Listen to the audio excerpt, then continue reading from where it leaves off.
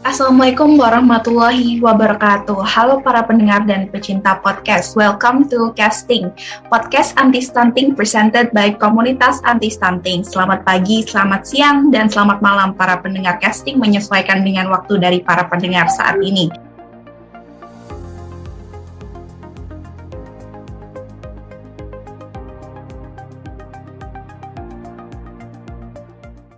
Sebelumnya, perkenalkan saya Aditya Faradina Salsabila dengan nama panggilan Farah, mahasiswa Fakultas Farmasi Universitas Jember yang merupakan salah satu dari penerima manfaat BCB Teladan Muda Basnas Universitas Jember sebagai moderator pada hari ini. Kebetulan nih, podcast ini merupakan podcast perdana komunitas anti-stunting, sehingga langkah baiknya kita kenalan dengan podcast komunitas anti-stunting. Sebelumnya, kami dari komunitas anti-stunting yang merupakan komunitas yang dibentuk oleh mahasiswa Universitas Jember penerima manfaat beasiswa Cendekia Basnas dengan tujuan untuk bersama-sama meningkatkan kesadaran akan isu stunting di tengah masyarakat dengan harapannya dapat menurunkan angka stunting khususnya di Kabupaten Jember. Pada kesempatan ini masih dalam suasana memperingati International Women's Day 2022 yang jatuh pada tanggal 8 Maret 2022, kami ingin mengangkat tema Empowered Women, Take Action for Stunting pada podcast kali ini. Tentunya Sobat Casting bertanya-tanya apa saja sih yang menarik dari tema perbincangan kita dan apa pentingnya kepedulian stunting dari wanita-wanita berdaya. Langsung saja kita mulai podcast dengan tema Empowered Women Take Action for Stunting. Dengan saya yang ditemani oleh dua narasumber hebat yang juga merupakan dosen di Universitas Jember, yaitu dengan Ibu Erwin Nurrifah, SOS MA PhD, dan Dr. Linda Dwi Erianti, SOS MA. Sebelum menyapa lebih lanjut, izinkan saya untuk membacakan sedikit terkait latar belakang para narasumber kita. Dimulai dengan Ibu Erwin Nurrifah, SOS MA PhD. Saat ini beliau menjadi dosen di Fakultas Kesehatan Penelitian Pengabdian Masyarakat dan menerbitkan karya buku serta publikasi.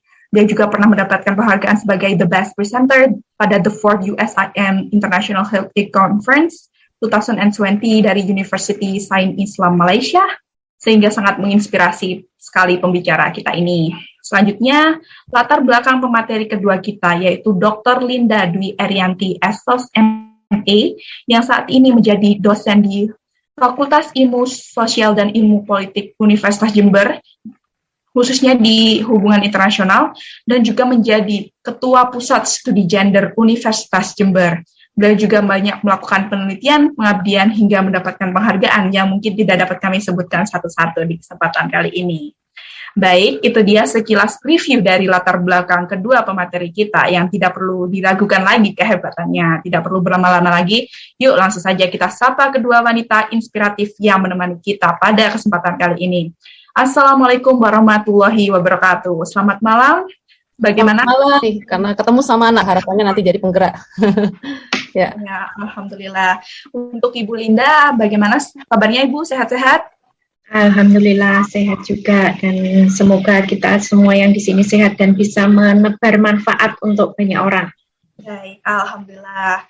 Karena kasus COVID di Jember juga sempat meninggi, jadinya kami sangat senang mendengar kabar dari dua wanita hebat ini juga sehat-sehat ya. Baik, terima kasih Ibu, senang sekali bisa bertemu dengan Ibu Erwin dan juga Ibu Linda pada malam hari ini. Terima kasih sudah meluangkan waktunya yang berharga untuk berbincang dengan kami. Tanpa mengulur waktu, mungkin kita bisa mulai untuk membahas topik pada hari ini. Dimulai dengan pertanyaan yang pertama. Tema kita saat ini adalah tentang stunting seperti itu, yang mungkin banyak orang sudah mendengar, tapi mungkin belum banyak juga yang aware, terutama pada remaja-remaja. Sebenarnya apa sih yang dimaksud dengan stunting? Mungkin saya bisa mendengar jawaban ini dari Ibu Erwin terlebih dahulu. Oke. Sebenarnya isu stunting ini udah lama ya Mbak ya. Ya agak baru tapi sebenarnya sudah lama dibicarakan. Jadi seringkali ketika kita melihat stunting itu anak yang cebol, anak yang pendek. Tapi sebenarnya stunting itu lebih dari itu gitu ya. Jadi stunting ini sebenarnya suatu kondisi gagal tumbuh akibat akumulasi ketidakcukupan gizi yang berlangsung lama gitu. Jadi ini kondisi kronis sebenarnya, dan itu berlangsung sampai biasanya anak itu berusia 24 bulan. Tapi dampaknya itu bisa berdampak jangka panjang gitu ya. Dan dan karena kondisi ini memang kondisi gagal tumbuh, itu tentu saja akan mempengaruhi proses pertumbuhan si anak ini gitu, karena akhirnya anak tersebut rentan mengalami infeksi, rentan sakit gitu ya. Karena salah satu tandanya itu kan memang pendek, jadi pertumbuhannya lambat, salah satunya adalah pendek. Jadi seringkali kita beranggapan bahwa yang pendek pasti stunting, padahal tidak. Kalau stunting itu pasti pendek, tapi pendek belum tentu stunting. Mungkin itu ya gambarannya. Baik, karena merupakan kondisi kronis ini, kalau itu berarti merupakan dampak kesehatan yang bisa berakibat lebih lama ketika anak-anak stunting ini dewasa. Nah, untuk dari sisi sosial sendiri, apakah Ibu Linda melihat dampak buruk dari stunting? Jadi kalau saya melihat dari sisi sosialnya, stunting ini justru sebenarnya bisa juga dianggap sebagai dampak begitu, dampak dari kondisi sosial yang harus diperbaiki begitu. Kalau dari Bu Erwin tadi sudah menjelaskan, ini anak yang tumbuh kembangnya terganggu, sudah pasti di masa depan dia juga kondisinya berbeda dari anak-anak yang normal gitu, anak-anak dalam tanda kutip yang tumbuh kembangnya tidak terganggu. Nah, kalau melihat ini dari sisi konteks sosialnya ya, ini masalah ini mesti dituntaskan begitu. Rangkaiannya nanti panjang, bisa kaitannya dengan prestasi anak di masa depan, bisa kaitannya dengan perilaku-perilaku tertentu yang membuat anak ini memiliki sesuatu yang harusnya bisa lebih bermanfaat ketika dia tidak stunting, tapi dia harus mengalami hal itu. Baik, mungkin seperti contohnya itu ketika terdapat batas-batas seperti syarat fisik, seperti tinggi badan yang telah diterapkan di dunia kerja seperti itu bisa merupakan dampak yang dialami ya Ibu ya? Nah, kalau melihat dari situ sih sebenarnya saya melihat harusnya sistem yang ada mengenai persyaratan itu yang harusnya diubah gitu, karena masalahnya seperti yang disampaikan oleh Bu Erwin tadi, belum tentu orang yang stunting itu tinggi badannya nanti bisa di bawah rata-rata, belum tentu juga orang yang tidak stunting itu akan selalu tinggi begitu. Kalau ada sektor-sektor tertentu yang memang sebenarnya tidak terkaitan langsung dengan fisik mensyaratkan tinggi badan tertentu untuk masuk sektor tertentu atau bahkan berpenampilan menarik dan lain sebagainya, itu sebenarnya bukan hal yang bisa dibenarkan juga begitu. Ya. Ya, mungkin saya boleh nambahkan ya yang disampaikan oleh Bu Linda tadi terkait dampak sosialnya ya, dan ini erat kaitannya juga dengan kesehatan gitu. Ketika misalnya masyarakat ada ekspektasi bahwa sosok ideal sosok ideal anak yang sehat itu adalah gemuk, tinggi, mungkin itu ketika tidak sampai pada ekspektasi itu, dan ketika dia nanti tumbuh misalnya agak dewasa, remaja gitu ya, anak-anak remaja, dewasa, dan tidak sama dengan teman-temannya, itu kan rentan sekali bullying, terus menjadi minder dan lain sebagainya. Itu nanti kan akhirnya kalau ke kesehatan tuh dampaknya bisa ke mental health juga, menjadi lebih tertutup dan lain sebagainya, seperti itu. Baik, terima kasih atas jawabannya sebagai pembuka ini. Wah, kita sudah melihat nih seberapa buruk atau seberapa menyeramkannya ketika kita melihat dampak dari stunting ini sendiri. Nah, kebetulan kita pernah mendengar nih Bu bahwa di angka kejadian stunting di Jember ini juga termasuk yang tinggi. Sempat membaca ini katanya angka kejadian stunting di Jember ini kedua tertinggi di Jawa Timur. Nah, apakah ini masih berlangsung seperti itu ataukah sudah bergeser ke arah kebaikan angka kejadian di Jember ini sendiri, Bu? Dari data yang saya cek itu sekitar 23% ya, 23 atau 24 itu kalau misalnya dibulatkan kan hampir 25 lah, seperempat. Jadi kalau misalnya kita bilang kasarannya dari 4 anak pasti ada 1 yang stunting. Ini kan berarti kan banyak. Kalau saya aja punya 5 berarti katakanlah seperti itu, punya 5 anak berarti ada 1,5 nih kira-kira yang stunting, kan seperti itu ya kasarannya. Dan menurut saya penanganan stunting ini nggak bisa kita mengukurnya hanya dalam waktu 1 tahun. Ini kan memang kondisi kronis ya. Jadi dampak yang muncul sekarang ini adalah akibat dari kondisi yang sudah lama gitu. Nggak cukup 1 tahun, 2 tahun gitu ya, mulai dari misalnya kalau walaupun dalam penjelasannya dalam kondisi misalnya si ibu yang kondisi nutrisinya kurang, tapi kan kondisi ibu nutrisinya kurang itu kan tidak terbentuk pada saat dia hamil saja gitu, tapi sebelum hamil ketika remaja bagaimana dia kondisi nutrisinya gitu kan. Itu juga berpengaruh terhadap bagaimana kondisi si ibu ini nanti ketika hamil, apakah tercukupi asupan gizinya gitu. Jadi sebenarnya belum bisa ya misalnya diukur dalam waktu yang singkat. Memang upaya-upaya perlu tetap dilakukan sesegera mungkin, tapi kalau misalnya melihat keberhasilan langsung drastis angkanya berubah itu kayaknya nggak bisa gitu ya, seperti itu.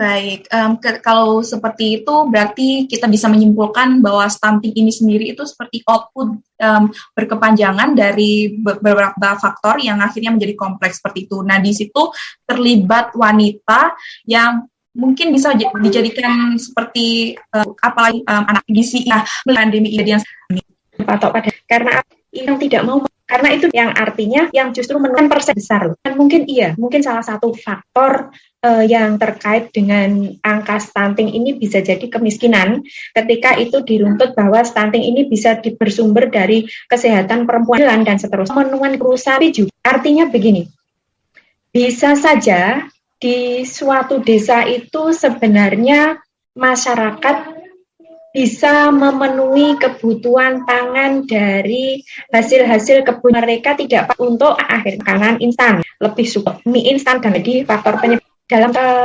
makan di ayah atau anak laki-laki. Masih ada kejadian misalnya pemberian makanan tambahan untuk ibu hamil, diberikan telur atau susu misalnya, tapi ibu itu lebih memilih membawa pulang dan diberikan kepada bapaknya. Fenomena seperti itu masih ada. Jadi artinya masalah ini kompleks, bukan hanya sekedar ketidaktersediaan pangan yang bergizi, tapi juga pola budaya yang tidak memprioritaskan perempuan sebagai sosok yang penting terutama dalam upaya menangani masalah stunting ini. Baik, ternyata masih ada hubungan ini ya Bu, budaya patriarki di dalamnya yang bisa merugikan wanita yang seharusnya dalam jangka panjang ini itu bisa menurunkan angka stunting, tapi karena budaya kita yang masih erat, karena mungkin harus tunduk kepada kepala keluarga seperti itu ya Bu. Nah, kalau seperti itu mungkin Ibu Erwin bisa menjelaskan sebenarnya siapa saja seperti itu stakeholder selain keluarga yang bisa mempengaruhi kesehatan wanita, khususnya wanita-wanita yang hamil dan juga ibu-ibu yang tentu saja seluruh lapisan gitu yang terdekat yang disampaikan masalah kemir, masalah budaya mengakar misalnya dan itu secara berdampak dan misalnya kalau ada yang sakit kelayak ini karena sosok perempuan dianggap sebagai caregiver, jadi memberikan pengasuhan. Jadi siapa yang sakit diasuh dulu sama perempuan dan perempuan cenderung mengabaikan kondisi kesehatannya dan tentu saja kondisi kesehatan ini kan juga akan berpengaruh terhadap kondisi tubuhnya, bagaimana penerimaan asupan gizinya dan lain sebagainya. Nah, dalam kondisi stunting ini pun seperti itu gitu.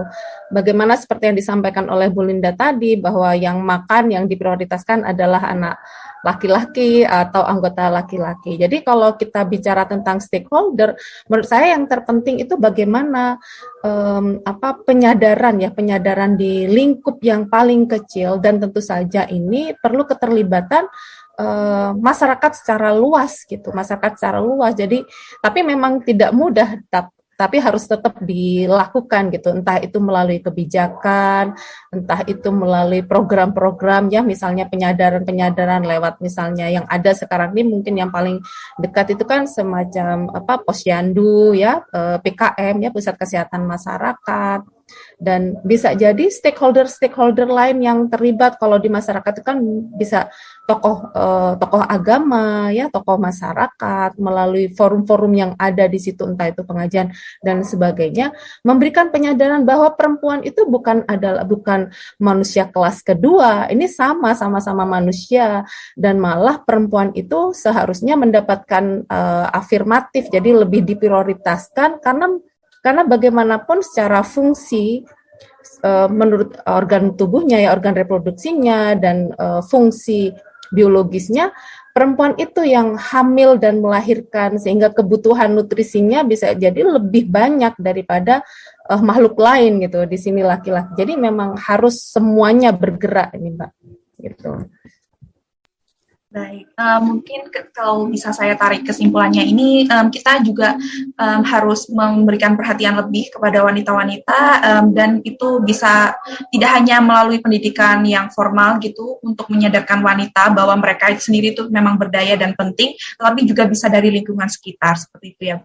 Mungkin dari Ibu Linda bisa menjelaskan seperti apa sudah ada seperti itu Bu, contoh-contoh untuk mekanisme yang bisa membuat wanita ini, dan adalah sudah sedikit budaya.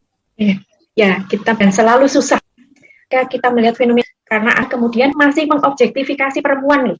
Perempuan selalu dianggap tidak berdaya, perempuan selalu dianggap tidak berpengetahuan dan lain sebagainya. Tapi itu justru dijadikan stereotip yang menguatkan bahwa posisi perempuan itu memang subordinan. Nah, ini menjadi masalah. Kita bicara stunting, selalu kita bilang bahwa kesadaran konsep gizi perempuan itu kurang. Nah, di sini kita lihat seolah-olah perempuan itu nggak ngerti aja semua. Kalau tahu permasalahannya begitu, ya harusnya bagaimana supaya kesadaran konsep gizi prioritas untuk perempuan itu menjadi penting di pikiran perempuan. Caranya bagaimana? Kasih perempuan akses informasi. Coba cek fenomena di kita. Informasi di berbagai media itu yang spesifik dan berguna untuk perempuan itu ada berapa persen sih? Dan berapa yang bisa diakses oleh perempuan? Rata-rata yang gampang diakses itu justru berita-berita hoax yang nggak jelas kebenarannya itu. Ini salahnya siapa? Salahnya pemerintah, salahnya masyarakat, salahnya kita juga, begitu. Banyak yang harus diubah di situ. Kemudian berbicara konteks kesehatan ibu yang berpengaruh terhadap stunting. Ibu ini nggak mau memeriksakan rutin kesehatannya ketika dia hamil atau ketika dia remaja. Nah, masalahnya, sudahkah masyarakat kita atau pemerintah kita memberikan peluang bagi remaja putri atau perempuan hamil untuk mengakses layanan kesehatan reproduksi? Di masyarakat kita itu berbicara tentang reproduksi aja dianggap tabu loh. Anggapannya ya sudah, nanti kalau menikah kan tahu sendiri, begitu. Nah, itu juga salah dan ini harus diubah juga. Layanan untuk remaja, untuk mendapatkan informasi terkait reproduksinya, bagaimana anemia itu berbahaya, dan seterusnya. Sampai kemudian bagaimana perempuan dikuatkan untuk bisa mengambil keputusan ketika dia sakit. Perempuan hamil yang paling tahu mengalami proses dan masalahnya atau apa, kan menunggu kesehatannya. Yang penting untuk masyarakat bayinya. Pertama, kita bilang perempuan harus memberikan ASI. Contoh kebijakan pemerintah yang nggak berpihak. Cuti kepada perempuan saja, perempuan melahirkan hanya diberikan 3 bulan loh. Itu pun 1 bulannya sebelum melahirkan. Jadi totalnya setelah melahirkan hanya 2 bulan. Bagaimana perempuan bisa memberikan ASI secara penuh? Apalagi mungkin adik-adik kalau harus memberikan tempat kerja tapi berbicara melindungi anak ini bersama satu sisi, tapi aktivitas seterusnya itu sudah berguna ke tempat segitu ini. Baik, bagian lingkungan wanita-wanita pemberantasan mungkin untuk mendukung wanita kehidupannya seperti remaja wanita berpikiran sih belum menyadar jaga kesehatan. Mungkin dari Ibu. Sebenarnya kan itu memang prosesnya semata-mata ketika kan dan perkembangan tubuh ini juga, tapi itu dalam kondisi hamil dari anak kesehatan ini menjadi holis, perlu terlalu berpikir tentang stunting itu. Nah apalagi ini sebagai mahasiswa menurut saya agents of change, adik-adik bisa menjadi fasilitator gitu, menjadi fasilitator dalam arti bahwa adik-adik bisa memfasilitasi proses belajar masyarakat dimanapun kalian berada, entah itu di komunitas kampus, entah itu misalnya di rumah ataupun di mana, dengan cara yang sesuai dengan gaya kalian gitu, sesuai dengan komunitas kalian. Kalau kalian misalnya pakai medsos, ya medsos gitu ya, terkait dengan informasi-informasi yang bermanfaat untuk kesehatan ya pada umumnya, dan mungkin kasus stunting ini gitu. Bagaimana penyadaran bahwa contohnya tadi yang misalnya disampaikan oleh Bu Linda, bahwa ini kan masalah kompleks. Ketika kita bicara tentang peran perempuan, selama ini kan diobjektifikasi bahwa itu adalah tugas perempuan, karena organ reproduksi itu melekat pada diri perempuan, sehingga itu adalah fungsi biologis perempuan untuk mencegah stunting gitu. Bagaimana agar nanti memberikan ASI eksklusif, melahirkan dengan aman. Tapi kan tidak bisa perempuan sendiri, karena semuanya harus sebenarnya difasilitasi gitu ya. Bagaimana agar dia memiliki kecukupan nutrisi sehingga kualitas ASINya bagus, bagaimana perempuan itu bisa dikondisikan dalam situasi yang nyaman sehingga dia bisa merasa nyaman ketika memberikan ASI. Nah, fenomena yang ada kan tidak seperti itu gitu ya. Banyak sekali ketika perempuan itu mengalami multiple burden. Saya nggak bilang double burden karena memang bukan double, tapi multiple burden. Jadi beban ganda yang berlapis-lapis yang dialami oleh perempuan ketika misalnya perempuan itu bekerja, tapi dia juga dibebani oleh tugas-tugas domestik, tugas publik, tugas sosial gitu. Yang itu bertumpuk-tumpuk dan berlapis-lapis. Jadi seringkali misalnya begini, kalau laki-laki mau kerja ya udah dia mempersiapkan diri, udah langsung berangkat kerja. Tapi kalau perempuan akan berangkat kerja, dia harus mempersiapkan mulai dari anaknya, mandi anaknya, makan anaknya, baju suaminya, makan suaminya, rumah harus dalam kondisi beres, baru dia harus bisa berangkat bekerja. Nah, kalau kondisinya seperti ini, misalnya mau menyusui nyaman, kalau bagaimana mau menyusui nyaman misalnya? Kalau dia harus bersih-bersih dulu, anaknya rewel, anak satanya di gender kan tidak sah informasi sosial, kalian memiliki ya educating and sharing with others gitu terkait yaitu memberikan penyadaran, lepas dari mau sadar atau tidak, tapi paling tidak kita bisa sharing pengetahuan bahwa ayo sebagai perempuan kita harus berdaya, ayo sebagai perempuan jangan udah Mbak Farah di bias polar biarkan gitu kan Farah. Intinya remaja modern pendengar kami tujukan untuk Pak Impau dari Ibu Linda. Ya. Apa pihak yang perempuannya sebenarnya kali itu memiliki diabetasnya pasti mengalami gangguan. Apalagi perempuan selalu kontribusi. Mari kita untuk melarangnya stereotipmentasi pendidikan posisi yang tidak. Jadi dari kan mengarah semua manusia Farah. Ya, sangat misalnya di prinsip and stronger women stand. Jadi kalau dirinya membuat keputusan dirinya yang bisa membantu orang lain, dia bisa membela orang lain. Nah, ini juga berlaku buat kalian nih remaja nih mahasiswa. Saya berharap adik-adik semua bisa menjadi stronger women ya. Tidak hanya strong women. Kalau strong women hanya bisa apa yang dia dapatkan ya untuk dirinya sendiri, tapi kalian bisa sharing, berbagi, stand up and membela perempuan lain yang memang dalam kondisi perlu dan membutuhkan bantuan. Mungkin itu dari saya. Baik, kita telah mendengar penjelasan yang mendetail dan juga menyeluruh dari Bu Linda dan Ibu Erwin. Semoga podcast ini bisa memberikan informasi yang bermanfaat untuk kita semua dan jangan lupa untuk menyebarkannya kepada orang-orang sekitar kita juga. Saya Aditya Faradina selaku moderator mengucapkan terima kasih banyak kepada Ibu Erwin Nurifah, SLOS MA PhD, dan Dr. Linda Dwi Erianti, SLOS MA, yang telah berkenan membagikan ilmunya yang luar biasa pada malam hari ini. Terima kasih saya juga ucapkan kepada penonton dan pendengar casting kami. Jangan lupa untuk selalu stay tune, cek Instagram kami di @komunitas_anti-stunting Jember dan platform media sosial lain dari kami yang juga tidak kalah menarik. Last but not least, a strong woman stands up for herself, a stronger woman stands up for everybody else. Take action for stunting, say yes for anti-stunting. Saya Aditya Faradina Salsabila, pamit undur diri. See you again in another project by casting. Wassalamualaikum warahmatullahi wabarakatuh.